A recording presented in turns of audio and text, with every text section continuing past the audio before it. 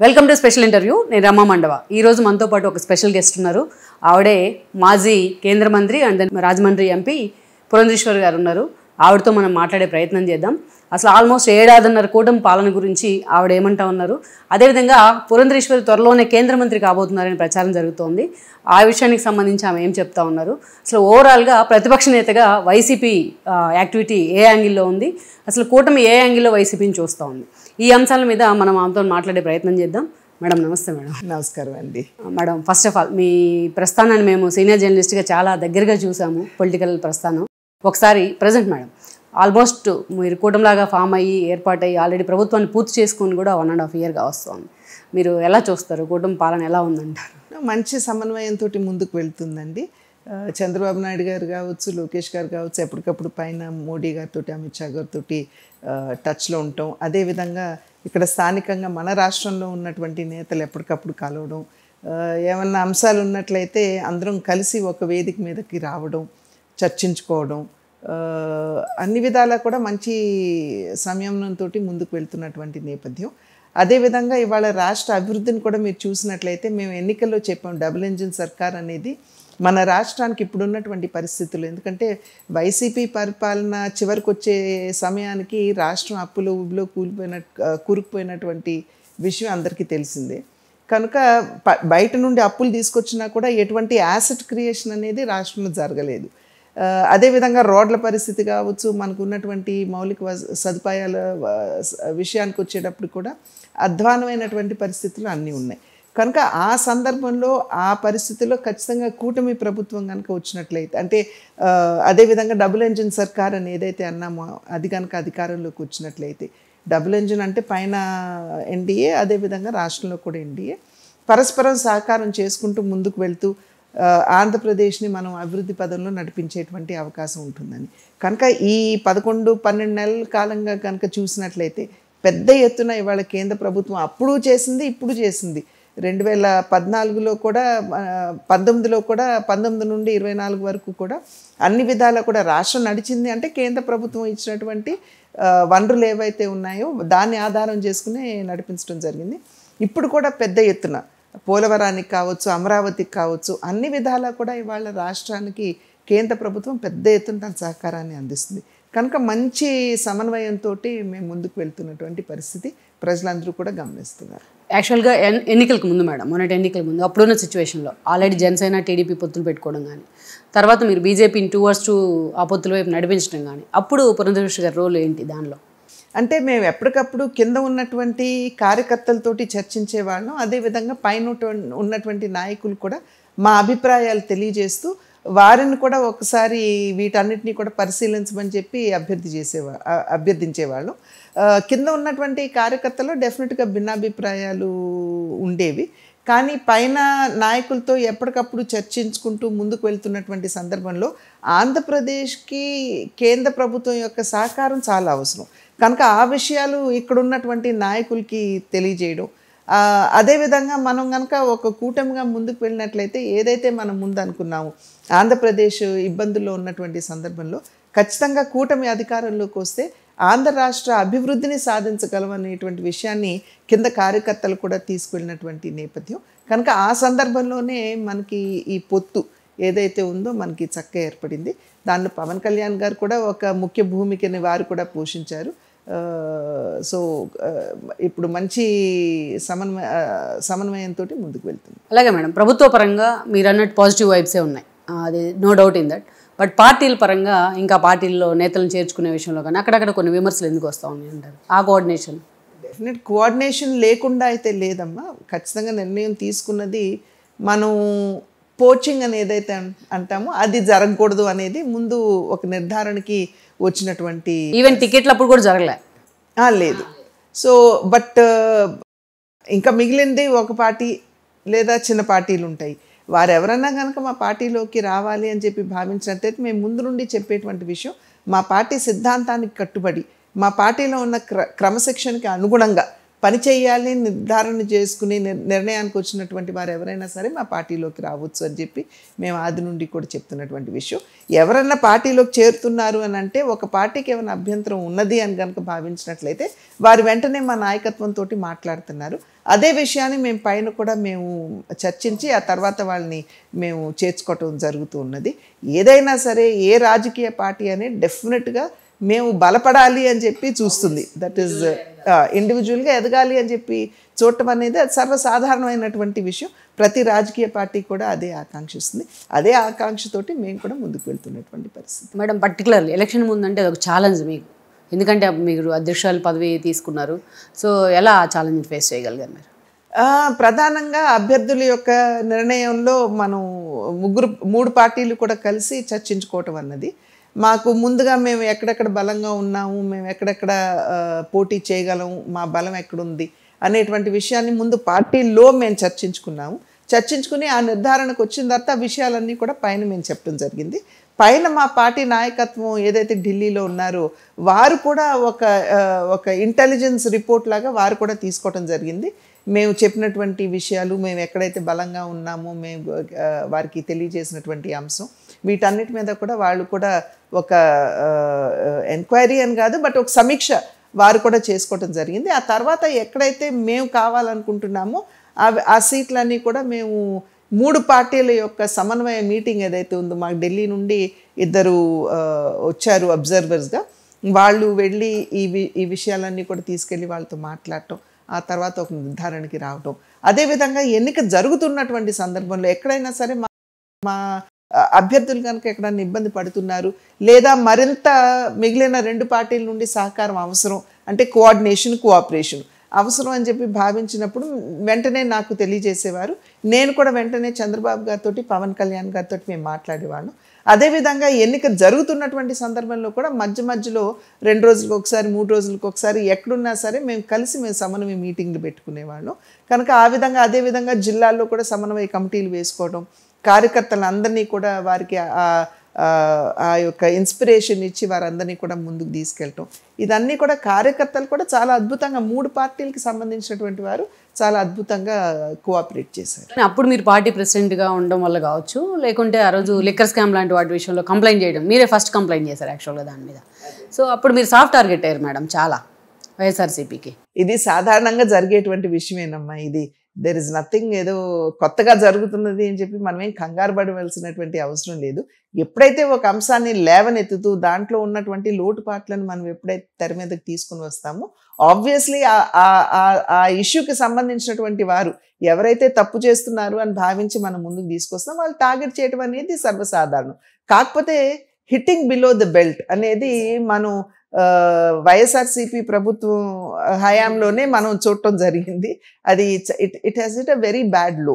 అంటే ఇప్పుడు drugs alcohol ఏదైతే మద్యం మాఫియా జరిగిందో దాన్ని క్రొనలాజికల్గా ఏదైతే ఇవాళ ఎంక్వైరీలో బయటపడుతుందో ఆనాడే మేమందరం కూడా దాన్ని ఎక్స్పోజ్ చేసాం క్రొనాలజీ ప్రకారంగా.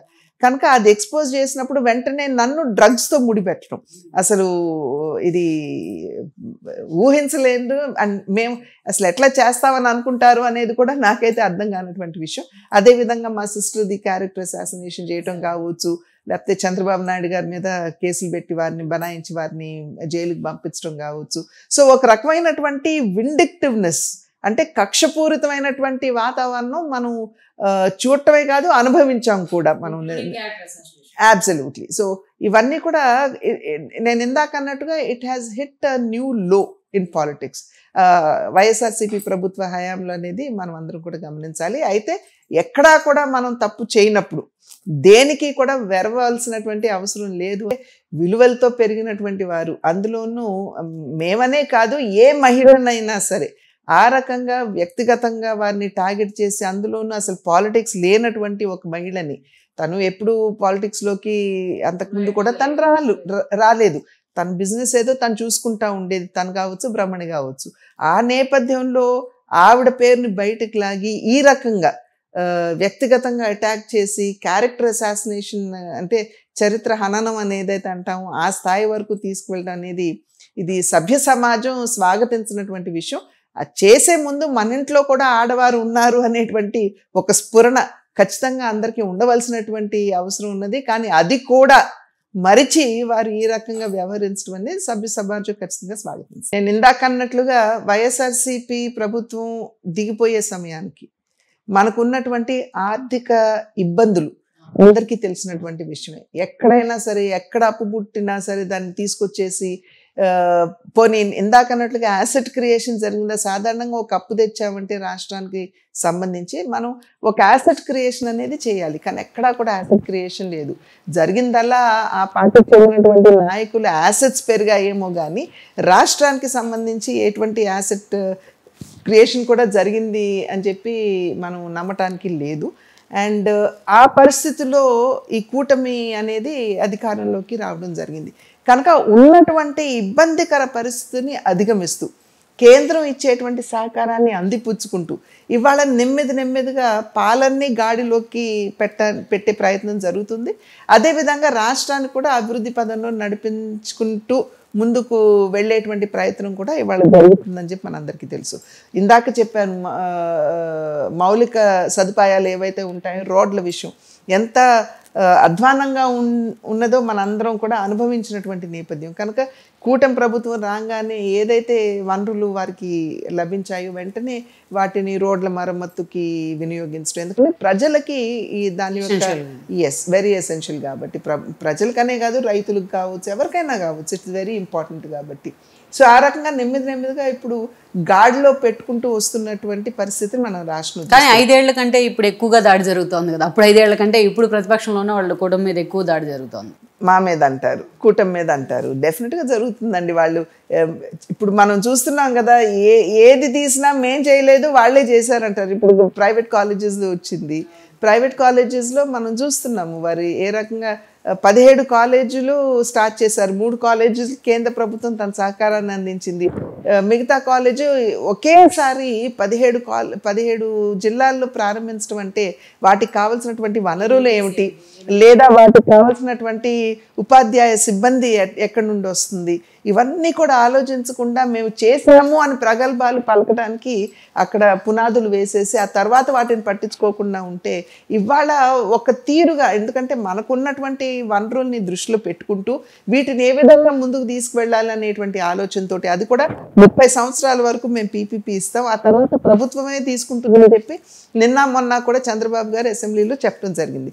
కనుక ఆ రకంగా వినూత్నంగా విలక్షణంగా ఆలోచిస్తూ ముందుకు వెళ్తున్నటువంటి పరిస్థితులు మనం రాష్ట్రంలో చూస్తున్నాం. డెఫినెట్గా కొన్ని అంశాల మీద we will still have to get back in to groove అని చెప్పి నేనైతే భావిస్తాను. అయితే ప్రతిపక్షంగా చూసినట్లయితే ఇవాళ ప్రజలు ఇచ్చినటువంటి తీర్పు ఏదైతే ఉందో దాన్ని వైఎస్ఆర్సీపీ అవహేళన చేస్తున్నది అనేటువంటి విషయాన్ని ముందుగా మనం ప్రధానంగా గుర్తించాలి. ఎందుకంటే మాకు ప్రతిపక్ష హోదా ఇవ్వడం లేదు అనేది వారు పదే చెప్తున్నటువంటి విషయం. ప్రతిపక్ష హోదా ఇక్కడ అసెంబ్లీ ఇవ్వటం కాదండి, ప్రజలే మీకు ఇవ్వలేదు కదా.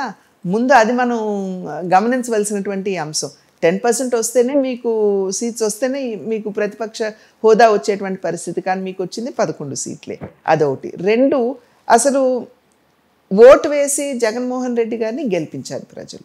వారి బాధ్యత ఏమిటి? ప్రజల పక్షాన్ని నిలబడుతూ ప్రజలు ఏదైతే సమస్యలు ఎదుర్కొంటున్నారో దానిని నిర్మాణాత్మకంగా మనం అసెంబ్లీలో చెప్పి వాటికి పరిష్కారాలు ఎలా తీసుకురావాలి అనేటువంటి అంశం మీద దృష్టి పెట్టాలి. కానీ ఇవాళ నేను అసెంబ్లీకి రాను అనే స్థాయిలో వారు మాట్లాడుతున్నారంటే ఎందుకు రారు? అక్కడ స్పీకర్గా మరి డిప్యూటీ స్పీకర్గా రఘురామకృష్ణరాజు గారు కూర్చుంటారన్నా, లేకపోతే ఇటు తిరిగితే చంద్రబాబు గారిని చూడాలన్నా ఎందుకు మీరు రారు అనేటువంటి విషయానికి కూడా మీరు ప్రజలకి సమాధానం ఇవ్వాలి. మాకు కాదు, ప్రజలకి సమాధానం ఇవ్వాల్సినటువంటి పరిస్థితి ఇవాళ ప్రతిపక్షం ఎదుర్కొంటుంది. ఎక్కడ వెండెట్టా చేసామో వారిని చెప్పమంటే బాగుంది. ఇప్పుడు కేసులు బనాయిస్తున్నారని చెప్పి వారు అంటున్నారు. కేసులు బనాయిస్తున్నారంటే దానికి ఆధారాలు లేకుండా అయితే చేయడం లేదు కదా. లిక్కర్ స్కామ్లో ఒక్కోటి ఇవాళ బయటపడుతుంది. అక్కడ వెండెట్టా ఎక్కడుందండి? అది బయట పడుతున్నటువంటి సందర్భంలోనే వారి మీద చర్యలు అనేవి తీసుకోవటం జరుగుతుంది. వారంతా వెండెట్ట పాలిటిక్స్ చేశారు. అసలు గళం విప్పి ఏమైనా మాట్లాడితే వెంటనే వారి మీద SC/ST అట్రాసిటీ యాక్ట్ బనాయించేసేయటం, వారిని తీసుకెళ్లి జైల్లో పడేసేయటం. అదేవిధంగా రఘురామకృష్ణరాజు గారిని కూడా కళ్ళారా చూసినటువంటి నేపథ్యం. మహిళల్ని ఏ విధంగా ఇబ్బంది పెట్టారో మనందరికీ తెలియనటువంటి విషయం కాదు.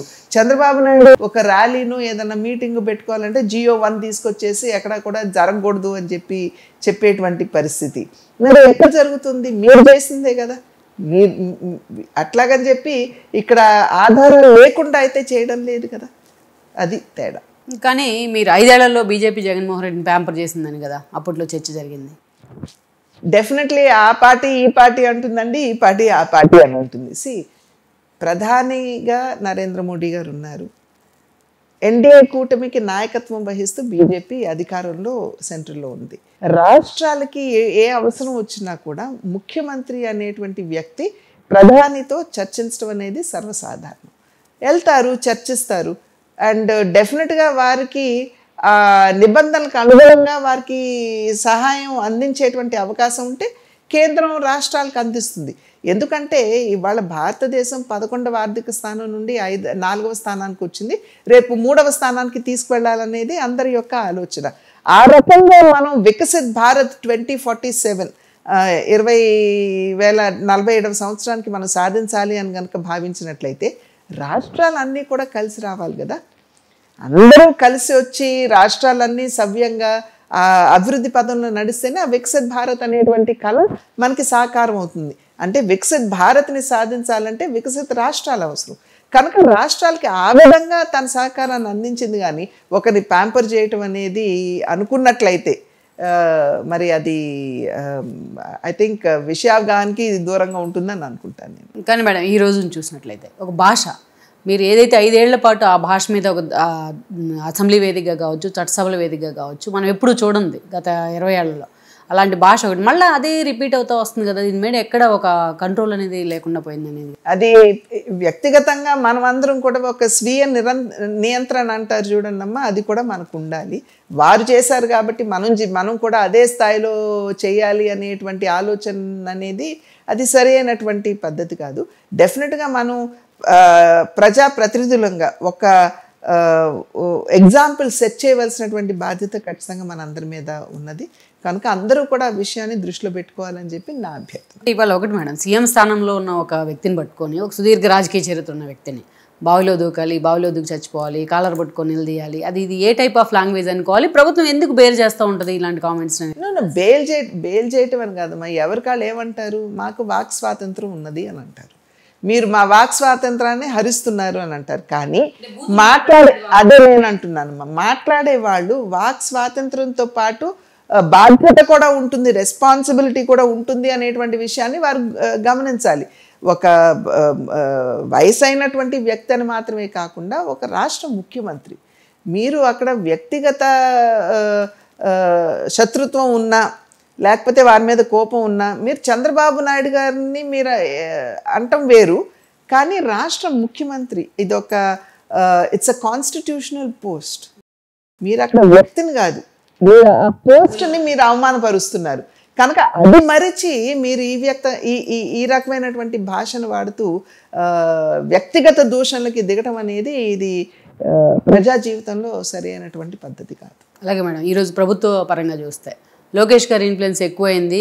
సో బీజేపీ జనసేన కంటే వాళ్ళ డామినేషన్ ఎక్కువగా ఉందనేది ఒక చర్చ. ఇదంతా సమన్వయంతో ముందుకు వెళ్తున్నటువంటి నేపథ్యం. ఎక్కడైనా సరే మాకు ఇబ్బంది కలిగితే మేము వెంటనే లోకేష్ గారి దృష్టికి, అదేవిధంగా చంద్రబాబు గారి దృష్టికి తీసుకొస్తూ ఉంటాము. We have that accessibility. ఎప్పటికప్పుడు నెలకొకసారి మా నాయకులు కూడా వెళ్ళి, నిన్న మొన్నటి వరకు నేను అధ్యక్షురాలుగా ఉండేదాన్ని, ఇప్పుడు మాధవ్ గారు అధ్యక్షులు అయ్యారు. వారు కూడా ఎప్పటికప్పుడు విషయాలు వారి దృష్టికి తీసుకెళ్ళటం కావచ్చు, నెలకొకసారి వెళ్ళి వారితో కూర్చుని విషయాన్ని చర్చించడం కావచ్చు. మొన్ననే మాకు ఒక కోర్ కమిటీ అని కాదు, బట్ మంత్రులు, ఎంపీలతోటి, ఎమ్మెల్సీలతోటి మా రాష్ట్ర అధ్యక్షులు వారు ఒక మీటింగ్ తీసుకున్నారు. దానిలో కూడా డిసైడ్ అయింది ఏమిటంటే, మనం ఎప్పటికప్పుడు ఒక డెలిగేషన్గా ఎమ్మెల్యేలు, ఎంపీలు, ఎమ్మెల్సీలు మనం అందరం కలిసి ఎప్పటికప్పుడు వెళ్ళి చంద్రబాబు గారితో ఈ విషయాలు ఏమైనా ఉంటే మనం డెఫినెట్గా చర్చించుకుందాం అనేటువంటి ఒక నిర్ధారణకి రావడం జరిగింది. కనుక సమన్వయంతో ముందుకు వెళ్తున్నాం. చిన్న కొద్దిపాటిది ఏ కుటుంబంలోనన్నా ఉంటుంది. దాన్ని మనం ఎంత పెద్దరికంగా, ఎంత మెచ్యూర్గా దాన్ని అడ్రస్ చేస్తున్నాం అనేటువంటిదే ప్రధానం. ఆ రకంగానే మేము ముందుకు వెళ్ళాం. పాలిటిక్స్ పక్కన పెడితే ఒక పెద్దమ్మ తరహాలో ఒక పెద్దమ్మ హోదాలో మేడం ఆయన ఎవల్యూషన్ మీద గతానికంటే ఇప్పుడు భిన్నంగా ఆయన ప్రవర్తిస్తుంది తీరు ఆయన ఆహార్యం కానీ సో దాని గురించి what's your take on that? డెఫినెట్గా ఇవాళ లోకేష్ గారు మంచి విషయావగాహన ఉన్నట్టుగానే మనకు అందరికీ కూడా అర్థమవుతున్నటువంటి విషయం కనుక every person learns by the day. ప్రతిరోజు వారికి ఎదురయ్యేటువంటి అనుభవాల్ని ఆధారం చేసుకుంటూ వారు నేర్చుకుంటూ ముందుకు వెళ్ళేటువంటి పరిస్థితి సమాజంలో మనం చూస్తూ ఉంటాం. ఇవాళ లోకేష్ గారు కూడా చాలా బాగా ఇవాల్వ్ అయ్యారు. ఒక పార్టీకి నాయకత్వం వహించే ఒక నాయకత్వ లక్షణాలు కూడా ఆయన నెమ్మదిగా అందిపుచ్చుకుంటున్నారు కనుక definitely his evolution has been good. Then madam మీ విషయానికి వచ్చినట్లయితే దెన్ ఇప్పుడు ఆల్రెడీ పార్టీ అధ్యక్షురాల పదవి నుంచి ఆల్రెడీ మాధవ్ గారికి ఇచ్చున్నారు. దెన్ ఏ పదవి రాబోతుంది పురంధేశ్వర్ గారికి అనేది మొన్న చాలా మీడియాలో చాలా ప్రజలు అద్భుతంగా ఆశీర్వదించి నాకు ఎంపీ పదవి ఇచ్చారు. రాజమండ్రి నియోజకవర్గానికి నేను ఒక ఎంపీగా ప్రాతినిధ్యం వహిస్తున్నాను కనుక ప్రస్తుతం నా దృష్టి అంతా కూడా నిన్న మొన్నటి వరకు పార్టీ అధ్యక్షురాలుగా ఉంటూ అదేవిధంగా వేరు బాధ్యతలు కూడా ఉన్నాయి. ఎడ్యుకేషన్ కమిటీలో నేను సభ్యురాలిని, ఉమెన్ ఎంపవర్మెంట్ కమిటీకి నేను చైర్మన్ని, అదేవిధంగా Commonwealth parliament women forum association ఏదైతే ఉందో ఇండియన్ చాప్టర్కి నేను చైర్పర్సన్గా ఉన్నాను కనుక ఈ వేరు బాధ్యతల్లో సాధారణంగా మనం చాలా సమయం నియోజకవర్గానికి వెళ్ళాలి అని చెప్పి అనుకుంటాం. వీటితో పాటుగా కేంద్రం ప్రవేశపెడుతున్నటువంటి కార్యక్రమాలు కూడా పార్టీ ప్రవేశపెడుతున్నటువంటి కార్యక్రమాలు కూడా నన్ను వేరు రాష్ట్రాలకు పంపిస్తున్నారు. ఇప్పుడు కూడా నేను ఆత్మనిర్భర్ భారత్ అభియాన్ అనేటువంటి కార్యక్రమానికి 4 రాష్ట్రాలకి నన్ను ఇన్ఛార్జ్ చేశారు కనుక ఈ బాధ్యతలన్నింటినీ కూడా నిర్వహించుకుంటూ రాజమండ్రిని ఏ విధంగా నేను ముందుకు తీసుకెళ్ళాలి అనేది నా ప్రధాన లక్ష్యంగా నేను పెట్టుకున్నాను. దానిలో భాగంగా చూసినట్లయితే రైల్వే అభివృద్ధి 2074 కోట్ల రూపాయలతోటి రైల్వే అభివృద్ధికి నేను వనరులు తెచ్చుకోవటం జరిగింది. అదేవిధంగా ఈ మన రాజమండ్రికి సంబంధించి మొరంపూడి బ్రిడ్జ్ కావచ్చు, లేకపోతే ఇక్కడ ఐటీసీ ఆనాల అప్పారావు గారి బ్రిడ్జు, ఇవన్నీ చూసుకున్నట్లయితే ఇవన్నీ కూడా ఎప్పటికప్పుడు NHAI వాళ్ళతో మాట్లాడుతూ అవన్నీ కూడా సవరించుకోవడం జరిగింది, డిజైన్స్ ప్లాన్స్ కూడాను. అదేవిధంగా ఇప్పుడు తిరుపతికి మనం ఒక స్పెషల్ ఒక ఫ్లైట్ మనం రాజమండ్రి టు ఢిల్లీ కనెక్టివిటీ లేదు కాబట్టి వేయించుకోగలిగాం. అదేవిధంగా ఇప్పుడు మళ్ళీ అక్టోబర్ 1వ తారీఖు నుండి తిరుపతి వరకు, రాజమండ్రి నుండి తిరుపతి వరకు వారానికి 3 రోజులు అని చెప్పి మేము ఫ్లైట్ కూడా వేయించుకోగలిగాం. ట్రైన్ స్టాపేజెస్ మనకి చాలా అవసరం, కొవ్వూరు కావచ్చు, నిడదవోలు కావచ్చు. రేపు 2027వ సంవత్సరంలో మాకు పుష్కరాలు రాబోతున్నాయి, గోదావరి పుష్కరాలు. ఇవన్నీ కూడా దృష్టిలో పెట్టుకుని నెమ్మదిగా ఒక్కొక్క అడుగు వేసుకుంటూ ముందుకు వెళ్తున్నాం. ఎందుకంటే ఇక్కడ ఏదైనా ఒక పని చేయాలనుకోండి కేంద్ర రాష్ట్ర ప్రభుత్వాలు యొక్క సహకారం అవసరం. మన CIRFలో 2 రోడ్లు నేను పెట్టాను. పెడితే పైకి నేను తీసుకెళ్ళి ఇచ్చిన వెంటనే గడ్కరీ గారు అన్నారు, పురంధేశ్వరి ప్రొసీజర్ ప్రకారం అయితే నేను స్టేట్ నుండి పంపించమని చెప్పి అన్నారు. ఇప్పుడు స్టేట్కి నేను సబ్మిట్ చేస్తున్నాను. స్టేట్ పంపిస్తే నేను అక్కడ గడ్కరీ గారితో నేను ఫాలోఅప్ చేసుకోవచ్చు. ఇక్కడ కూడా మేము ఫాలోఅప్ చేసుకోవడం జరుగుతూనే ఉంది. అదేవిధంగా పొగాకు రైతులకి మొన్న పోయిన సంవత్సరం పెనాల్టీ వేశారు, ఎందుకంటే ఎక్కువ పండించినప్పుడు ప్రతిసారి పెనాల్టీ వేస్తారు. పోయినసారి మేము పెనాల్టీ లేకుండా మేము చేసుకోగలిగాం. ఈసారి పోయినసారి రైతులకి మేము అభ్యర్థించాం, మీరు ఎక్కువ వేస్తే ప్రతిసారి పెనాల్టీ అంటే కేంద్రం సాధారణంగా వారు అంత సానుకూలంగా ఉండరు, కొంచెం ఆలోచించండి అని చెప్పినా కూడా ఈసారి ఎక్కువ వేశారు. కానీ మళ్ళీ పీయూష్ గోయల్ గారితో వెళ్ళి మాట్లాడి దశల వారీగా అంటే ఇన్ని కేజీస్ అయితే 1%, ఇన్ని కేజీస్ అయితే 2% అని ఆ పెనాల్టీని కూడా మేము తగ్గించుకోవడం జరిగింది. సో ఈ రకంగా ప్రతి అంశం మీద స్పందిస్తూ ఎప్పుడైతే అక్కడ ఉన్నటువంటి నా నియోజకవర్గంలో ప్రజలు నా దృష్టికి విషయాలు తీసుకుని వస్తారు, యూరియా కొరత అన్నారు, వెంటనే కేంద్రంతో మాట్లాడమని 6,000 మెట్రిక్ టన్నులు మేము 5,000 మెట్రిక్ టన్నులు మేము తెప్పించుకోగలిగాం. సో ఎప్పటికప్పుడు సమస్యలు నా దృష్టికి వచ్చినప్పుడు మేము వాటిని క్లియర్ చేసుకుంటూ ముందుకు వెళ్తున్నాం. ప్రజలు గమనించవలసినటువంటి విషయం ఏమిటంటే ఎమ్మెల్యేల యొక్క బాధ్యత ఏమిటి, ఎంపీల యొక్క బాధ్యత ఏమిటి. సాధారణంగా ఏమిటంటే ఓటు వేసాం కాబట్టి ఎంపీ డిఫరెన్షియేషన్ అనేది ఎక్కడో ఒకంత తెరమరుగైందేమో అనేటువంటి ఆందోళన ఖచ్చితంగా ఉన్నది. అయితే కేంద్రానికి రాష్ట్రానికి అనుసంధానకర్తలంగా నేను అన్నట్లుగా ఫండ్స్ ఆగిపోయాయి, లేకపోతే రైల్వేస్లో పని ఉంది, డిఫెన్స్లో పని ఉంది, అటువంటి వాటిల్లో ఖచ్చితంగా ఎంపీ యొక్క పాత్ర అనేది చాలా చాలా ప్రధానం. ఆ రకంగానే దృష్టి కేంద్రీకరించుకుంటూ నేను ముందుకెళ్తున్నాను. అలాగే వంతి శ్రీనివాసన్ గారితో పాటు నిర్మలా సీతారామన్ గారి పేరుతో పాటు మీ పేరే ఎక్కువగా వినిపించింది, ఏది బీజేపీ జాతీయ అధ్యక్షురాలు అవుతున్నారని. ఆ స్థాయిలో మోడీ అండ్ అమిత్ షా గారు ఫోకస్ పెట్టారనుకోవచ్చు. అంటే సాధారణంగా స్పెక్యులేషన్ జరగటం అనేది సర్వసాధారణంగా జరుగుతూ ఉంటుందమ్మా. బట్ అన్ని విషయాల్ని కూడా కేంద్ర నాయకత్వం, మా కేంద్ర నాయకత్వం, అదేవిధంగా ఆర్ఎస్ఎస్ తోటి కూడా వారు చర్చించుకోవటం అనేది జరుగుతుంది. ఒక రకంగా చెప్పాలంటే మీడియా స్పెక్యులేషన్లో రావడమే నేను అదృష్టంగా నేను భావిస్తాను. ఎందుకంటే one of the largest world's largest party. But నేను ఇందాక అన్నట్లుగా నేను ప్రస్తుత ఏ బాధ్యతలో ఉన్నానో ఆ బాధ్యత నేను బాధ్యతాయుతంగా నిర్వర్తించగలుగుతున్నానా లేదా అనేటువంటి విషయం మీద నా దృష్టి అంతా. అంటే కేంద్ర మంత్రి పదవులు లాంటివి మీకు కొత్త కాదు మేడం, మీరు చేయని పదవులు కూడా కాదు అవి. కానీ ఈరోజు మీరు గతంలో చూస్తే యుఎన్ఓ మీద కూడా మన వాయిస్ వినిపించే ప్రయత్నం చేశారు, ఐక్యరాజ్య సమితి లాంటి వేదికల మీద కూడా.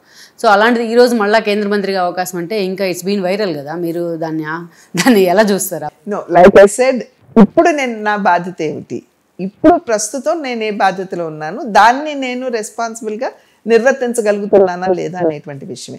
నేను ఇందాక అన్నట్లుగా నేను కామన్వెల్త్ ఉమెన్ పార్లమెంటేరియన్ ఇండియా చాప్టర్కి ఐఎమ్ ద చైర్మన్. మళ్ళీ ఇప్పుడు నేను 1వ తారీఖు నుండి రేపు 15వ తారీఖు వరకు నేను ఆ కాన్ఫరెన్స్కి నేను బార్బెడోస్కి వెళ్ళాలి. దానికి మళ్ళీ నేను ప్రిపరేషన్ కావచ్చు, మళ్ళీ మా డెలిగేషన్తో సమన్వయం కావచ్చు, వారు ఎలా వస్తున్నారు అనేటువంటి విషయం, అక్కడ ఎలా రిసీవ్ చేసుకుంటారు అనేటువంటి అంశం. కనుక ప్రతి పోస్ట్ కూడా ఒక బాధ్యతతోటి వస్తుంది. కనుక వాటన్నిటి కూడా బాధ్యతాయుతంగా నేను conference, first national women's conference, అది తిరుపతిలో మేము నిర్వహించుకున్నాం. ఆ కమిటీకి నేను చైర్పర్సన్.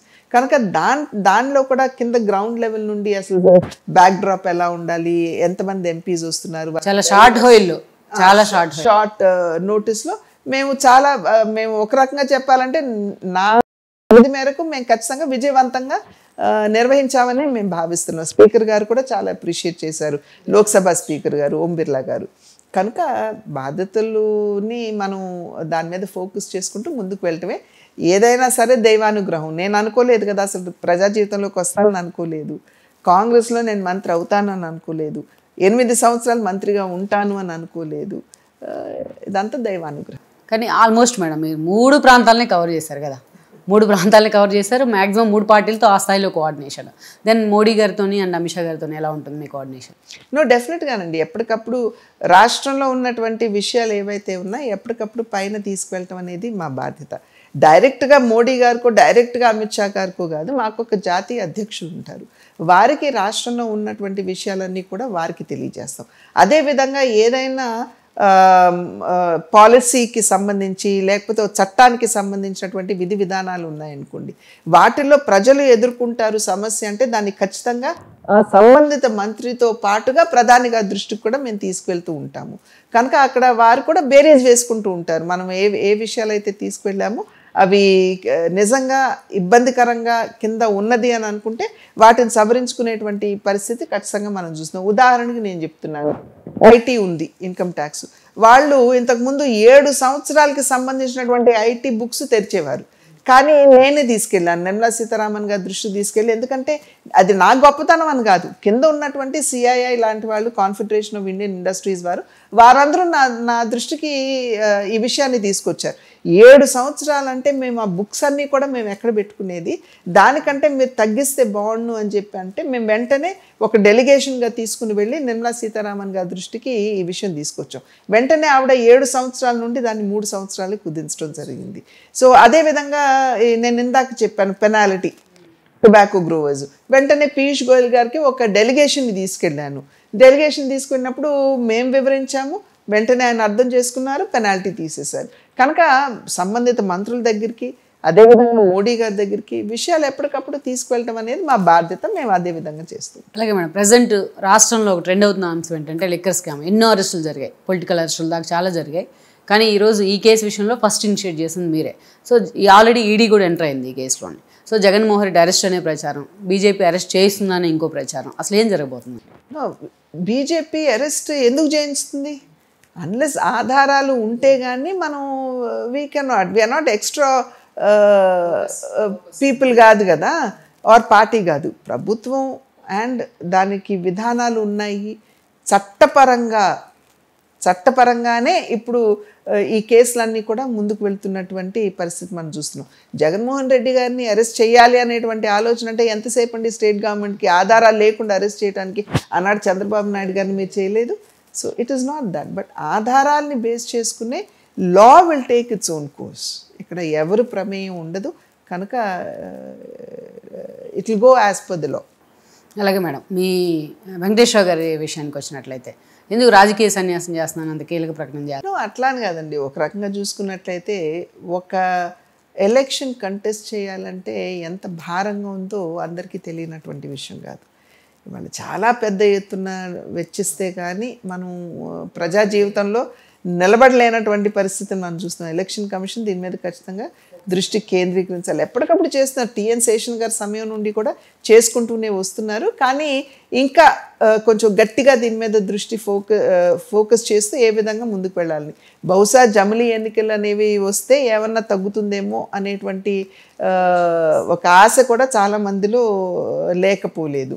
అయితే ఆ సందర్భంలో ఆయన 35 సంవత్సరాలు సుదీర్ఘమైనటువంటి రాజకీయ ప్రస్థానం, ఆయన అన్నీ చూశారు. ఆయన ఎమ్మెల్యేగా చేశారు, స్టేట్లో రాష్ట్రంలో మినిస్టర్గా చేశారు, రాజ్యసభ సభ్యుడిగా బాధ్యత వహించారు, అదేవిధంగా లోక్సభ సభ్యుడిగా కూడా వారి పాత్రని సమర్థవంతంగా నిర్వర్తించారు.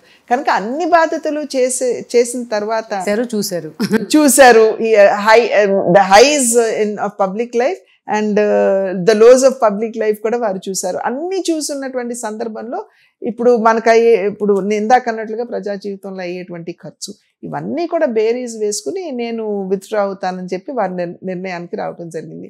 వారు ఎప్పుడైతే ఆ నిర్ణయం తీసుకున్నారో నేను కూడా వెంటనే ఐ విల్ ఆల్సో విత్డ్రా అని చెప్పి వారికి చెప్పాను. ఎందుకంటే 2004లో నేను ప్రజా జీవితంలోకి వచ్చింది కూడా వారి కోసమే. ఎందుకంటే అప్పుడు ఉన్నటువంటి పరిస్థితుల్లో నేపథ్యంలో నేను రావడం వచ్చింది, ప్లాన్డ్గా వచ్చినటువంటి విషయం కాదు. కనుక మీరు రిటైర్ అవుతున్నప్పుడు నేను కూడా ఎందుకు, బికాజ్ పాలిటిక్స్ మనం వచ్చాము, మనం న్యాయం చేస్తున్నామా లేదా అనే విషయం వరకే మనం పరిమితమయ్యాం. నేను కూడా రిటైర్ అవుతానంటే ఇంట్లో చర్చించి అందరూ కూడా లేదు నీకు ఇంకాస్త టైం ఉంది రిటైర్ అవ్వటానికి, సో పర్వాలేదు ఈసారి కూడా కంటెస్ట్ చేయమని చెప్పి అన్నారు. కనుక ఆ రకంగా మేము ఎప్పటికప్పుడు ఫ్యామిలీలో చర్చించుకుంటూ మేము ముందుకు వెళ్తుంటాం ప్రజా జీవితంలో. ఆ నేపథ్యంలో అన్నీ చూసేసాం కాబట్టి నేను రిటైర్ అవుతాను అని చెప్పి వారు నిర్ణయం తీసుకోవటం జరిగింది. కానీ గొప్పతనం ఏమిటంటే what I appreciate in him is that సాధారణంగా ఒకానొక సందర్భంలో నంబర్ 2 ఇన్ ద పార్టీ అన్న స్థాయిలో ఉన్నటువంటి వ్యక్తి ఇవాళ నేను రిటైర్ అవుతున్నాను అని చెప్పి ఒకేసారి విత్డ్రా అవటం అనేది చాలా కష్టం. ఈ రాజమండ్రి ఎన్నికలకి నాకు వారు సంపూర్ణ ఎప్పుడు కూడా నాకు ప్రజా జీవితంలో వారి సహకారం ఉంటుంది. అదేవిధంగా అదేవిధంగా నా 2 బిడ్డల సహకారం కూడా నాకు మొన్న ఎన్నికల్లో వారి దగ్గరుండి ఎన్నికలన్నీ కూడా నాకు వారి సహకారాన్ని అందించారు. తర్వాత వారు రాజమండ్రికి అనేది చాలా అరుదు. ఎందుకు మీరు రావచ్చు కదా అప్పుడప్పుడు, కొంచెం నేను అటు ఇటు అంటే నేను ఇందాకన్నాను చూడండి, ఇన్ని బాధ్యతలు ఉన్నటువంటి సందర్భంలో షేర్ చేసుకుంటే కొంచెం ఉంటుందంటే ఆయన ఒకే మాట అన్నారు, నీ ఎన్నికే నా బాధ్యత, ఆ తర్వాత అది నీ బాధ్యత అని ఆ రకంగా విత్డ్రా చేసుకోవటం అనేది చాలా కష్టం ఒక హైట్లో ఉన్నటువంటి వ్యక్తి. So I really appreciate him for that. కానీ మేడం వెంకటేశ్వర గారు అనడంతోనే ముక్సూటి తత్వం, లౌక్యం చాలా తక్కువ ఉందంటారు చాలామంది. ఆయన తెలిసిన జర్నలిస్టులు కూడా మేము చెప్పుకుంటూ ఉంటాం ఇప్పుడు కూడా. అలాంటి వ్యక్తితోని కుండ బద్దలు కొట్టేటట్టు నిజాలు మాట్లాడే వ్యక్తితో ఇన్నాళ్ళ సహచర్యం అంటే అది మామూలు విషయం కాదు. అదెలా? ఏదైనా భార్యాభర్తల సంబంధం అనేది ఇచ్చిపుచ్చుకోవటం అని అంటాం. భార్యాభర్తలనే కాదు, ఏ మానవ సంబంధమైనా ఇచ్చిపుచ్చుకోవటం అనేది ఎక్కడ మనం పట్టుకోవాలి, ఎక్కడ తగ్గాలి అనేది మనం తెలుసుకోవాల్సినటువంటి విషయం. మా అమ్మగారు చిన్నప్పుడు మాకు పదే చెప్తుండే, మా పెళ్ళైన కొత్తలో, అమ్మ బాబు ఇంటికి వచ్చినప్పుడు బయట అన్నీ కూడా కింద మీద పడి వస్తారు, వారికి ఆ టెన్షన్, ఆ ప్రెషరు, ఆ స్ట్రెస్ ఉంటుంది. సో వచ్చిన వెంటనే మీరు ఇంట్లో ఉన్న విషయాలన్నీ, ఇబ్బందులన్నీ కూడా ఏకరు పెట్టేస్తే వారికి కోపం తప్పించి ఇంకేం రాదు. కనుక ముందు ఇంటికి వచ్చిన తర్వాత నవ్వుతా వెళ్ళి ఒక గ్లాస్ మంచినీళ్ళు భర్తకి ఇవ్వండి. ఆ తర్వాత వారు స్నానం చేసి కాస్త రిలాక్స్ అయినప్పుడు అప్పుడు ఇంట్లో విషయాలు ఏమన్నా మాట్లాడండి అని అనేవారు. అదొకటి. రెండవది వారు పదే చెప్పిన విషయం, ఏదైనా భార్యాభర్తల మధ్యన వాగ్వాదం వచ్చింది అనుకోండి, వీఆర్ బోత్ హీటెడ్ అప్. ఆయన కోపంలో ఉంటారు, మనము కోపంలో ఉంటాం. సో ఆ సందర్భంలో మీరు తగ్గి, ఎందుకంటే వారు కోపంలో ఉంటారు కాబట్టి మీరు వాగ్వాదానికి వెళ్ళొద్దు. ఎప్పుడైతే వారు కొంచెం కూల్ అవుతారు, ప్రశాంతంగా ఉంటారు, అప్పుడు చెప్పండి. స్టార్ట్ అంటే మనం దాని మీద డిబేట్ చేయటం అని కాదు, బట్ ఎక్స్ప్లెయిన్ చేయటం. మీరు బహుశా ఈ అంశాన్ని ఈ రకంగా చూసారేమో, కానీ జరిగింది ఇది, విషయం ఇది, కనుక ఇలా చేస్తే బాగుంటుందేమో అని మీరు ఎప్పుడైతే చెప్తారో వారు కూడా అర్థం చేసుకునేటువంటి పరిస్థితి ఉంటుంది. లేకపోతే ఇద్దరు తగాదాలు పడిపోవటం, కొట్లాడుకోవటం, తిట్టుకోవటం, అంతవరకు వెళ్ళేటువంటి పరిస్థితి మీరు చూస్తారు అని మా అమ్మగారు పదే పదే చెప్పేవారు. కనుక డెఫినెట్గా అది శిరోధార్యం నాకు. నేను అదే ఫాలో అవుతూ వచ్చాను. అండ్ ఏదైనా సరే మేమిద్దరం కూడా ఒక విషయం ఉన్నది అంటే చర్చించుకోకుండా మేము ముందుకు వెళ్ళాం. సరే హెచ్చు తగ్గులు అంటారా, అది డెఫినెట్గా ప్రతి భార్యాభర్తల మధ్యన ఉండేటువంటి విషయమే. కానీ ఇందాక అన్నట్లుగా మా తల్లిగారు చెప్పినట్లుగా ఎక్కడ తగ్గాలి, ఎక్కడ మనం ముందుకు వెళ్ళాలి. సో సీక్రెట్ అది మీది, ఫ్యామిలీ సీక్రెట్. డెఫినెట్లీ మేడం, మీ విషయం రావడంతోనే మీరు ఆల్రెడీ జమాలజీలో expert. So already Kuchipudi, Bharatanatyam, classical డ్యాన్స్లో కూడా ఎక్స్పర్ట్స్. సో ఈ పొలిటికల్ లైఫ్లో ఇవన్నీ వదిలేసినట్టేనా ఆల్మోస్ట్? ఇంచుమించుగానమ్మా. బికాజ్ మనకి ప్రజాప్రతినిధిగా మన మీద ఆ బాధ్యత చాలా ఎక్కువగా ఉంటుంది. Because you have to attend to them. తర్వాత ఏ మినిస్టర్ దగ్గరికి ఏ విషయం తీసుకెళ్ళాలి, ఎలా దాన్ని ఫాలో అప్ చేసుకోవాలి, ఎలా సాధించాలి, ఇవన్నీ కూడా it is very time consuming. And 24/7 మనం ఆ విషయాల మీద దృష్టి కేంద్రీకరించకపోతే విషయావగాహన అనేది కూడా మనకి ఉండదు. విషయావగాహన లేకపోతే మనం ఏది కూడా ప్రజా జీవితంలో సాధించలేదు. రేర్ కదా మేడం యాక్చువల్గా జమాలజీలో ఎక్స్పర్ట్ అనేది, ఆ యాంగిల్లో చదవాలి అనేది. ఆ సందర్భంలో 1996 నాన్నగారు పరంపదించిన తర్వాత ఒక రకమైనటువంటి డిప్రెషనల్ స్టేట్ నాకు. అప్పుడు మాకు బాగా తెలిసినటువంటి వ్యక్తి, జమాలజీ ఆయన ఆల్రెడీ చేసి జ్యువెలరీ బిజినెస్లో ఉన్నటువంటి వ్యక్తి, ఆయన మా వారితోటి మాట్లాడటం కూడా జరిగింది. ఆంటీకి మంచి కలర్ కాంబినేషన్, డిజైన్స్ మీద మంచి అవగాహన, మక్కువ ఉన్నది, కనుక why don't you encourage her in that direction అని. సో అప్పుడు వెంకటేశ్వరరావు గారి ప్రోద్బలంతో నేను బాంబే, అప్పట్లో ఇక్కడెక్కడా లేదు మనకి ఇన్స్టిట్యూట్, సో బాంబేకి వెళ్ళి అక్కడ 3 నెలలు ఉండి అక్కడ నేను జమాలజీ నేర్చుకున్నాను. అప్పుడు నాకు ఖచ్చితంగా అర్థమైంది, 3 నెలల పాటు బిడ్డల్ని, ఇంటిని వదిలేసి వెళ్ళి అక్కడ ఉండి చదువుకోవడం అనేది ఎంత ఇబ్బందికరంగా ఉంటుందో మహిళలకు అనేది, ప్రత్యేకించి మహిళలకి.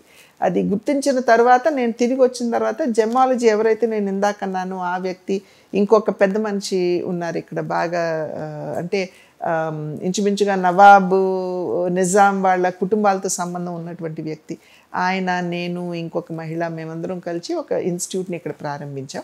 ఇన్స్టిట్యూట్ ఇంకా నడుస్తుంది, కాకపోతే నా చురుకైనటువంటి పాత్ర అయితే ఇప్పుడు ప్రస్తుతం లేదు, ఎందుకంటే నేను ఇక్కడ ఉన్నాను కాబట్టి. But it's doing well and definitely. సరే మేడం, డైమండ్ కానీ రాళ్ళు కానీ చూస్తే అంటే ఇది ఉండాలమ్మా, గ్లాస్ ఉండాలి, ఐ గ్లాస్ అంటాం, అది ఉండాలి. అది ఉంటే డెఫినెట్గా వీ కెన్ టెల్. కాకపోతే మా వారికి సంతోషం ఏమిటంటే a stone will not satisfy you once you learn gemology. కొంతమంది రంగు అంటారు, కొంతమంది క్వాలిటీ అంటారు, కొంతమంది క్లారిటీ అంటారు. సో సాటిస్ఫై చేయదు. So you can't buy jewellery అంత తొందరగా కొనేయలేము, ఎందుకంటే తెలుసు కాబట్టి. తెలియకపోతే అది వేరే విషయం. వాళ్ళే అందం చూస్తాం, బ్యూటీ అది బాగుందా లేదా అని. బట్ మనం ఏంటంటే జమాలజీ చేసాం కాబట్టి క్వాలిటీ చూస్తాం. Quality will not satisfy you and many instances. పోనీ క్వాలిటీ ఉందనుకుంటే అది ధర విపరీతంగా ఉంటుంది. సో ఆ రకంగా, so it gives him great satisfaction. Okay, jewellery లేదు. అలాగే మేడం, ఒకటి మీ పేరు రావడంతో ఎప్పుడు కూడా జూనియర్ ఎన్టీఆర్ గారి గురించి ఎక్కువ కామెంట్స్ వస్తూ ఉంటాయి. మీరు ఆయన రాజకీయ జీవితం మీద గతంలో చేసిన కొన్ని కామెంట్స్ కానీ అవన్నీ కూడా. So what's your take on? నేను ఎప్పుడు కూడా అదే I mean it negative comments కాదు, రాజకీయ జీవితం గురించి ఒక వ్యక్తి యొక్క ఆలోచన ఎలాగుంటుంది అని నేను I cannot predict or I cannot assess anything. But definitely ఏంటంటే మా కుటుంబంలో ఆ తరం పిల్లలందరూ కూడా, అంటే మా థర్డ్ జనరేషన్, మా అన్నదమ్ముల పిల్లలు కావచ్చు, లేకపోతే మై సిస్టర్స్ పిల్లలు కావచ్చు, వారందరూ కూడా ఏ విషయం ఉన్నా దే డోంట్ హెజిటేట్. చిన్నతతోటి మేము వెళ్ళి ఏ విషయమైనా మాట్లాడగలం అనేటువంటి ఒక చొరవ వారిలో ఎప్పుడు కూడా వారు చూపిస్తూ ఉంటారు. అండ్ వచ్చి మాతోటి మాట్లాడుతూనే ఉంటారు. అయితే జూనియర్ ఎన్టీఆర్ ఎప్పుడు రాజకీయాల్లోకి రావాలి అనేది ఆయన వ్యక్తిగత నిర్ణయం మీద ఆధారపడి ఉంటుంది. అలాగే మన హితేష్ గారు కూడా గతంలో పోటీ చేద్దాం అనుకున్నారు, ఇప్పుడు ఆయన పౌరసత్వ సమస్య అనుకుంటాను అడ్డుపడింది. సో దెన్ ఏంటి అతని ఫ్యూచర్ ప్లాన్స్ ఎలా ఉంటాయి? ఇప్పుడు ప్రస్తుతం ఆయన బిజినెస్లో స్థిరపడ్డాడండి. He's continuing his business. And మేము ఎప్పుడు కూడా మా ఆలోచనలు మా బిడ్డలు మేము రుద్దలేదు. వారు ఏ నిర్ణయం తీసుకున్నా దానికి సహకరించడం అనేది మా బాధ్యతగా మేము భావించాం. కానీ ఎప్పుడు కూడా నువ్వు ఇది చెయ్యి అని చెప్పి మేము ఎప్పుడు కూడా వారిని ఆదేశించలేదు. కనుక వాళ్ళు they free to decide their course of life. But yes, మొన్న 2019 ఎన్నికల్లో అతను రాజకీయాల్లోకి రావాలి అని చెప్పి అనుకున్నాడు. అనుకోకుండా అతనికి ఏదో ఒక అవకాశం వచ్చింది అని భావించినా కూడా అతనికి పౌరసత్వం అనేది అడ్డుపడింది. He's a natural citizen by birth, US citizen by birth. అతను అప్పటికే అంతకు ముందే 1 సంవత్సరం క్రితం అప్లై చేసుకున్నాడు ఇండియన్ సిటిజన్షిప్ కోసం, కానీ అదే డిలే అయ్యింది. ఆశ్చర్యకరమైనటువంటి విషయం ఏమిటంటే వెంకటేశ్వర గారు నామినేషన్ వేసి బయటికి రాగానే వారి చేతికి ఇండియన్ సిటిజన్షిప్ వచ్చింది. బట్ అప్పటికే ఈయన నామినేషన్ వేసేసి ఉన్నారు, విత్డ్రా టైం దాటిపోయింది కాబట్టి ఏవి చేయలేనటువంటి పరిస్థితిగా వెంకటేశ్వర గారు హితేష్ కోసం అని చెప్పి ముందుకు వెళ్ళటం జరిగింది. సో ఇందాక అన్నట్లుగా భగవత్ నిర్ణయం. ఇప్పుడు నేను వస్తానని నేను అనుకోలే, మంత్రిగా చేస్తానని అనుకోలే, కాంగ్రెస్ నుండి బీజేపీకి వస్తానని అనుకోలే, బీజేపీ నన్ను ఎంత గౌరవిస్తుందని కూడా నేను అనుకోలేదు. కానీ అన్నీ కూడా భగవంతుడి అనుగ్రహంతో ముందుకు వెళ్తున్నటువంటి పరిస్థితిని మనం చూస్తున్నాం. ఆయనకు కూడా అదే మరి భగవతే ఎలాగుందో దానికి అనుగుణంగానే ఆయన ముందుకు వెళ్తాడు. అలాగే మేడం, మీకు అసలు కోపం రాదా? పురంధేశ్వరి గారికి అసలు కోపం అనేది కోపం రాకుండా ఎవరికి ఉంటుంది కానమ్మా, త్వరగా రాదు. వెంకటేశ్వరరావు గారికి అనుకోండి గబుక్కుని కోపం వస్తుంది, గబుక్కుని తగ్గిపోతుంది.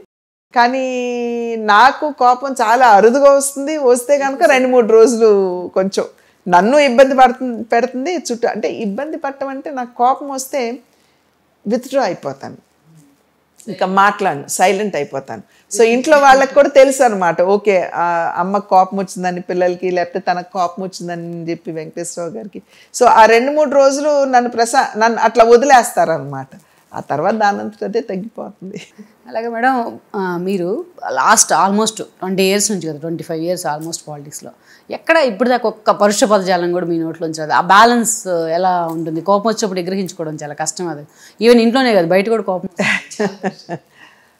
ఒకటి తల్లిదండ్రులు మనకి మనకి ఇచ్చినటువంటి సంస్కారం ఒకటి. 2 నేను ఇందాక అన్నాను చూడండి, స్వీయ నియంత్రణ. అదేవిధంగా మాట్లాడే ముందు దాని పర్యవసానం ఎలాగుంటుంది అంటే, గబుకున్న అనాలోచితంగా ఏదన్నా ఒక స్టేట్మెంట్ ఇచ్చేసామనుకోండి, నువ్వు అప్పుడు అలా చేసావు కదా, మరి ఇప్పుడు ఇలా మాట్లాడుతున్నావు అనేటువంటి ఒక సిచ్యువేషన్ కూడా ఎదుర్కొనేటువంటి పరిస్థితి ఉంది. కనుక స్వీయ నియంత్రణ and at the same time ప్రతి పదం కూడా ఆలోచించి, అందులోనే ప్రజా జీవితంలో ఉన్నప్పుడు దాని యొక్క ప్రభావం ప్రగాఢంగా ఉంటుంది. కనుక ఇవన్నీ కూడా ఆలోచించి ఆచితూచి అడుగు ముందుకు వేయాలి. ఆ రకంగానే ముందుకు వెళ్తున్నాను నేను. అలాగే మీ బ్రదర్ బాలకృష్ణ గారి విషయంలో మేడం, మొన్న ఆయన వరుసపెట్టి అవార్డులు కొల్లగొడుతూ ఉన్నారు. పద్మ అవార్డు, మొన్న లైఫ్ టైం ఆయన 50 years of industry. Right. So ఇవన్నీ వస్తూ ఉన్నాయి. ఇట్లా బాలకృష్ణ గారికి ఇలా అవార్డు వచ్చిన ప్రతిసారి మీ ఫాదర్కి భారతరత్న అనే చర్చ జరుగుతూ ఉంది. ఏంటి, ఎలా ఉండబోతుంది? ఈరోజు ప్రతి తెలుగువాడి హృదయంలో కూడా నందమూరి తారక రామారావు గారు పీఠ వేసుకుని ఉన్నారండి. అందరూ కూడా అంత ఉత్కృష్టమైనటువంటి స్థానాన్ని వారికి ఇచ్చి వారిని గౌరవించుకునేటువంటి పరిస్థితి తెలుగు జాతిలో మనం చూస్తున్నాం. దానికంటే భారతరత్న గొప్పది అని చెప్పి నేను భావించకపోయినా అందరి మనసుల్లో ఉన్నది. ఖచ్చితంగా వారికి భారతరత్న రావాలని నా వంతు కృషి కూడా చేయటం జరుగుతుంది. చంద్రబాబు గారు కూడా మొన్న చెప్పారు, మేము ప్రభుత్వం వైపు నుండి కూడా చేస్తామని. కనుక త్వరలో వస్తుందని ఆశిద్దాం. సో ఇప్పుడు దాకా ఎన్టీఆర్ గారి నుంచి అంటే మనం మ్యాక్సిమం కాంట్రవర్సీస్ ఏమి ఉండవు మేడం. ఎక్కడ చూసినా, ఏ ఊర్లో చూసినా ఆయన కృష్ణుడి రూపంలో ఉన్న విగ్రహమే ఉంటుంది. మనకు గుర్తొచ్చింది కాబట్టి అడుగుతున్నాను నేను ఈ క్వశ్చన్. ఎందుకు మన తక్కిలపాడులో అంత ఇష్యూ చేయాలి, ఖమ్మంలో అంత ఇష్యూ చేయాలి, ఆయన చేతిలో కృష్ణుడి రూపంలో ఎలా? ఇష్యూ చేసిన వాళ్ళు ఆలోచించుకోవాలి.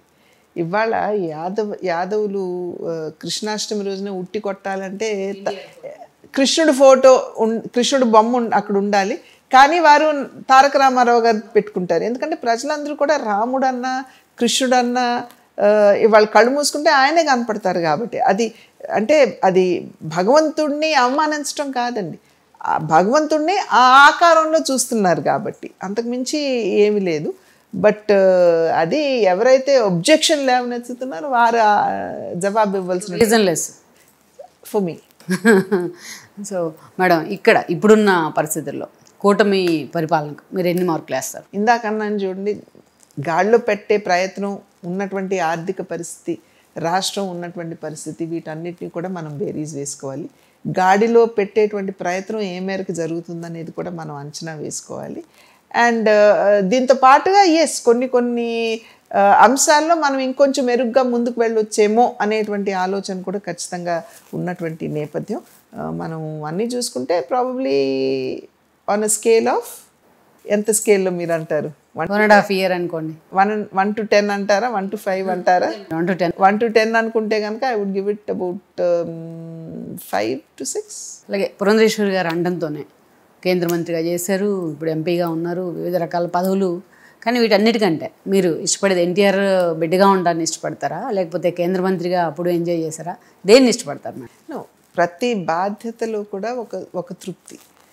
నందమూరి తారక రామారావు గారి బిడ్డగా ప్రజలు ఇవాళ మమ్మల్ని గౌరవిస్తున్నారు అని అంటే, అది మేము చేసినటువంటి పని, నా బలం అంతా నాదేననుకుంటే నా అంత అవివేకరాలు ఇంకొకళ్ళు ఉండరు. అది ఖచ్చితంగా నందమూరి తారక రామారావు గారి బిడ్డగా నేను పుచ్చుకునేటువంటి గౌరవం. కనుక అది డెఫినెట్గా నాకు తృప్తి డెఫినెట్గా నాకు ఉంటుంది. అదేవిధంగా కేంద్ర మంత్రిగా కూడా మన్మోహన్ సింగ్ లాంటి ఒక గొప్ప ఆర్థికవేత్త కింద పనిచేయడం, అర్జున్ సింగ్ లాంటి ఒక రాజకీయ ఉద్దండుతోటి నేను కలిసి ప్రయాణం చేయడం, ఇదంతా ప్లస్ ఈ వారితో పనిచేస్తూ ఒకంత గుర్తింపు తెచ్చుకోవడం, ఇది డెఫినెట్గా నాకు తృప్తినిచ్చేటువంటి విషయమే. అదేవిధంగా ఇవాళ భారతీయ జనతా పార్టీలో కూడా నాకు వివిధ బాధ్యతలు ఇచ్చారు. వచ్చిన సంవత్సరానికే నాకు మహిళా మోర్చా ప్రభారిని ఇన్ఛార్జిని చేశారు. ఆ తర్వాత జాతీయ జనరల్ సెక్రటరీని చేశారు, మహామంత్రిని చేశారు. అది చిన్న విషయం కాదండి. ఇంచుమించు జాతీయ అధ్యక్షుల తర్వాత పదవి అది. సో ఆ రకంగా గౌరవించారు. ప్లస్ ఇప్పుడు ఉమెన్ ఎంపవర్మెంట్ కమిటీకి నన్ను చైర్మన్ని చేశారు. కామన్వెల్త్ ఉమెన్ పార్లమెంట్ అసోసియేషన్కి నేను ఇప్పుడు చైర్మన్గా ఉన్నాను. సో అది కూడా నాకు తృప్తినిచ్చేటువంటి విషయం. ఎందుకంటే పార్టీకి సంబంధించినటువంటి సంస్థాగత పనులన్నీ కూడా మనం కొంచెం నా వైపు అంటే అన్నీ నేను చేస్తాను, శక్తి వంచన లేకుండా నా పరిధి మేరకు నేను పార్టీని సపోర్ట్ చేసుకుంటూ ముందుకు వెళ్తున్నాను అనేటువంటి తృప్తి. అదేవిధంగా రాజమండ్రి పార్లమెంట్ సభ్యురాలుగా ఇందాక నేను చెప్పాను, డెవలప్మెంట్కి సంబంధించి రోడ్లు కావచ్చు, బ్రిడ్జిలు కావచ్చు, రైల్వే కావచ్చు, ఎయిర్పోర్ట్ ఫ్లైట్స్ కావచ్చు, ఇవన్నీ చేస్తున్నటువంటి సందర్భంలో ఆ నియోజకవర్గానికి, ఆ జిల్లాకి, ఆ ప్రాంతానికి నేను కొంత మేలు చేయగలిగానేమో అనేటువంటి ఒక సంతృప్తి. కనుక ప్రతి బాధ్యతలో కూడా it has its own challenges and it gives me its own. NTR గారికి చాలా మంది పిల్లలు ఉన్నారు. ఒక్కరి మీద కూడా ఇంతవరకు ఒక సిబిఐ ఎంక్వైరీలో లేకపోతే ఒక ఈడీ ఎంక్వైరీనో ఒక ఎలిగేషనో ఎక్కడా లేదు, ఇంతమందిలో అమ్మాయిల్లో అబ్బాయిలో ఈవెన్.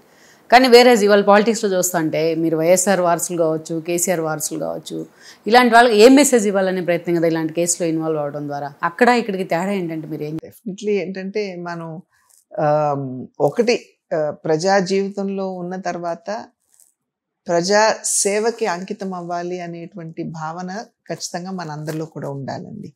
ఎప్పుడైతే ఆ భావన మనలో ఉంటుందో డెఫినెట్గా we will not try to do wrong.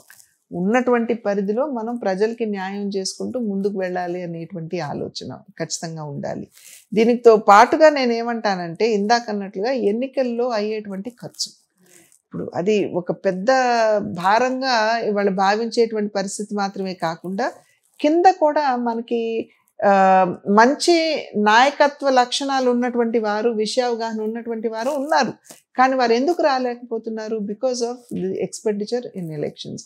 ఇప్పుడు ఎలక్షన్స్ సాధారణంగా ఎలక్షన్స్లో ఇంత ఖర్చు పెట్టి ఆ తర్వాత ఎన్నిక కాబడి మళ్ళీ నెక్స్ట్ ఎలక్షన్లో కంటెస్ట్ చేయాలి అనేటువంటి ఆలోచనలోనే చాలామంది ఉంటారేమో అని చెప్పి నేను భావిస్తాను. కనుక చాలా వరకు ఈ రకమైనటువంటి ఎక్స్ట్రేనియల్ ఇష్యూస్ ఏవైతే ఉంటాయో, అంశాలు ఏవైతే ఉంటాయో వాటి ప్రభావం కూడా ప్రజా జీవితంలో ఉన్నటువంటి వారి మీద కూడా ఆ దుష్ప్రభావం కూడా ఉండేటువంటి అవకాశం ఉంటుంది. కనుకనే ఇందాకన్నాను ఎలక్షన్ కమిషన్ కావచ్చు, గవర్నమెంట్ కావచ్చు, ఇటువంటి విషయాల మీద ఖచ్చితంగా అంటే ఎస్పెషల్లీ మేడం పాలిటిక్స్లో కావచ్చు పిల్లల పెంపకం మీద పాఠాలు నేర్చుకోవాల్సిన అవసరం లేదంటారా? డెఫినెట్గా, వై నాట్? ఇప్పుడు నేను ఇందాకన్నాను చూడండి, మీరు అన్నారు ఎందుకు మీరు పరిష్పద్యాలం వాడరు అని. అది సంస్కారం, మా తల్లిదండ్రులు మాకు ఇచ్చినటువంటి సంస్కారం. And at the same time మేము కూడా స్వీయ నియంత్రణ. సో ఇవన్నీ కూడా వాటి యొక్క ప్రభావం ఖచ్చితంగా స్పెషల్ ఈ జనరేషన్ ఉంటుంది అండ్ ఉండాలి కూడా. So I just hope and ఎందుకంటే ఆ బ్యారల్స్ చెరిపేశారు అందరూ కలిసి, చట్టసభల బ్యారల్స్ కూడా. రైట్. అలాగే మేడం, పురంధేశ్వరి గారు అంటే మీ సక్సెస్ సీక్రెట్స్ అంటే ఏం చెప్తారు? Commitment and learn every day. అన్ని విషయాలు నాకు తెలుసు అనేటువంటి ఒక అహంకారపూరితమైనటువంటి భావనతోటి కాకుండా నేను నేర్చుకోవాలి, ప్రతిరోజు కూడా నేను కొత్త పాఠాలు నేర్చుకుంటూ ముందుకు వెళ్తున్నాను అనేటువంటి భావనతోటి, అంటే constant life long learning process అనేది కనుకుంటే ఖచ్చితంగా ముందుకు వెళ్ళగలం. అండ్ కాన్ఫిడెన్స్ తోటి ఎప్పుడైతే మనం తప్పు చేయమో మన మీద మనకి సెల్ఫ్ కాన్ఫిడెన్స్ అనేది ఖచ్చితంగా ఉంటుంది. ఆ రకంగా మనం ముందుకు వెళ్తే I think we will achieve what we want. అంటే మీ వ్యక్తిత్వాన్ని మీరు ఎవల్యూట్ చేసుకోవడంలో కానీ, ఎస్పెషల్లీ పాలిటిక్స్లో కానీ మిమ్మల్ని బాగా ఇంపాక్ట్ చేసిన వ్యక్తులు అంటే ఎవరు చెప్తారు? డెఫినెట్గా అతి చేరువు నుండి చూస్తుంది మా తండ్రి గారినండి. పుట్టిన దగ్గర నుండి కూడా వారు పరంపదించే వరకు కూడా మేము వారినే చూసాము. సో ఐ హ్యావ్ సీన్ ఆయన వృత్తి పట్ల వారికి ఉన్నటువంటి commitment, dedication, at the same time ఇందాక చెప్పినట్లుగా కల్చరు, ట్రెడిషను ఏ విధంగా వారు ముందుకు తీసుకెళ్లారు అనేది నాన్నగారు. అదేవిధంగా మా అమ్మగారు ఉన్నారంటే అసలు మన మన మన బంధువుల పట్ల మన బాంధవ్యం ఎలా ఉండాలి, అవతల మనిషిని ఎలా మనం గౌరవించాలి, తప్పు మన పట్ల వారు తప్పు చేసినా కూడా మనం ఎట్లా వారిని ఆమోదిస్తూ మనం కలుపుకుంటూ ముందుకు వెళ్ళగలగాలి, సహనం అంటే ఏమిటి, ఓర్పు అంటే ఏమిటి, అది మా తల్లిగారి నుండి నేను నేర్చుకున్నటువంటి అంశాలు. అదేవిధంగా వెంకటేశ్వరరావు గారు ఉన్నారనుకోండి, విషయ అవగాహన, హీఈస్ వెరీ పర్టికులర్. నీకు ఈ విషయం ఉన్నది అని అంటే ముందు నన్ను ప్రశ్నిస్తారు, నువ్వేం తెలుసుకున్నావు ఆ విషయంలో, నువ్వు ఈ విషయం ఉంది ఎలా ముందుకు వెళ్తావు, ముందు నన్ను అడుగుతారు. ముందే వారు ఎప్పుడు కూడా నాకు చెప్పరు, వారి మనసులో ఉన్న మాట ఎప్పుడు చెప్పరు. నేను చెప్పిన తర్వాత అట్లా కాదు చిన్నమ్మ నువ్వు ఇలా చేస్తే బాగుండునేమో, నువ్వెందుకు ఆలోచించలేదు, ఈ కోణం నుండి నువ్వెందుకు చూడవు అని చెప్పి. సో అది కూడా I learn from him. So ప్రతి వ్యక్తి నా జీవితంలో నా సోదరుల నుండి కావచ్చు, నా సోదరిమణి నుండి కావచ్చు, అనేక విషయాలు ఒక్కొక్కళ్ళ నుండి ఒక్కొక్క అనుభవం అనేది నాకు పాఠాలు నేర్పుతుందని చెప్పి నేను భావిస్తాను. మీరు బాలకృష్ణ అంటే ఎక్కువ ఎఫెక్షన్ ఉన్నట్టుంటారు, ఎప్పుడు మీతో బాండింగ్ కానీ అయింది? చిన్నప్పటి నుండి కూడానండి. నేను ఐఎమ్ ది 6th చైల్డ్. ఉన్నటువంటి 11 బిడ్డల్లో నేను 6వ బిడ్డను మా తల్లిదండ్రులకి. మా అమ్మగారు ఎక్కడికి వెళ్ళినా కూడా నన్ను తను తోడుగా తీసుకెళ్లేవారు అనమాట. సో మాకున్నటువంటి చుట్టరికాలు కావచ్చు, ఇంట్లో ఉన్నటువంటి విషయాలు కావచ్చు, అమ్మ తర్వాత నాకు బాగా అవగాహన ఉండేటువంటి పరిస్థితి. అమ్మని అందరూ కూడా పెద్దమ్మ అని పిలిచేవారు. అదేవిధంగా నన్ను ఎప్పుడు అమ్మ చీర కొంగు పట్టుకుని వెళ్తా ఉండేదాన్ని కాబట్టి నన్ను చిన్నమ్మ అని చెప్పి పిలిచేవారు. అదేవిధంగా నాకున్నటువంటి సిబ్లింగ్స్, మా బ్రదర్స్ సిస్టర్స్ ఎవరైనా కూడా ఏదన్నా ఉంటే వెంటనే మాట్లాడటం అనేది జరుగుతుంది. వాళ్ళకేమన్నా అవసరం ఉన్నా నేను వెంటనే వెళ్ళి వారికి నిలబట్టడం జరుగుతూ ఉంటుంది. నేను ఇందాక అన్నట్టుగా నెక్స్ట్ జనరేషన్ కూడా భగవంతుడి దయ వల్ల నాకు ఆ గౌరవాన్ని ఇస్తున్నారు. వారు గౌరవం ఇస్తున్నారు కదా అని మనం దాన్ని అలుసుగా కూడా తీసుకోకూడదు. So I to know my ఎంతవరకు అనేది నా పరిధి ఏంటో కూడా నాకు తెలుసు. సో ఇప్పుడు పెద్దమ్మ అయ్యారు మీరు. సో అందరూ కూడా ఆ రకంగా గౌరవిస్తూ అందరం కూడా ఒక కుటుంబంగా మేము కలిసే ముందుకు వెళ్తున్నాం. అలాగే మేడం, ఫైనల్గా మీ సక్సెస్ సీక్రెట్స్ అంటే ఏం చెప్తారు? నేను ఇందాక అన్నాను కదమ్మా, I have learned so many things. అమ్మ దగ్గర నుండి, నాన్న దగ్గర నుండి, వెంకటేశ్వరరావు గారి దగ్గర నుండి. సో ద సక్సెస్ సీక్రెట్ అంటే stay committed, stay dedicated and go forward. Purandeswari గారు అంటే ఒక్క మాటలో ఏం చెప్తారు? అది ప్రజలు చెప్పాలి, నేను కాదు కదా.